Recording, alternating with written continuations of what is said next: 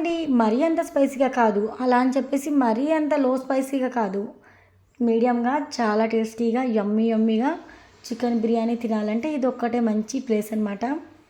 మళ్ళీ మీరు ఇలా చెప్తుందేంటి ప్రమోషన్ వీడియోనా అనుకునేరేమో, అస్సలు కాదు. బిర్యానీ టేస్ట్ బాగుంది కదా అని చెప్పేసి ఈ వీడియో అయితే పోస్ట్ చేస్తున్నానండి.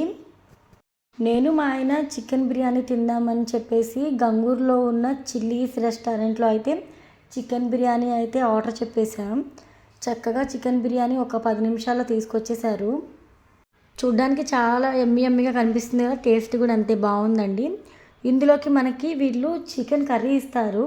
సాధారణంగా ఎక్కడైనా కూడా నార్మల్ సూప్ అలాగా ఇస్తారు కదా, ఇక్కడ మాత్రం చికెన్ కర్రీ ఇస్తారనమాట. చికెన్ గ్రేవీలో ఒక 2-3 పీసెస్ అయితే ఉన్నాయన్నమాట.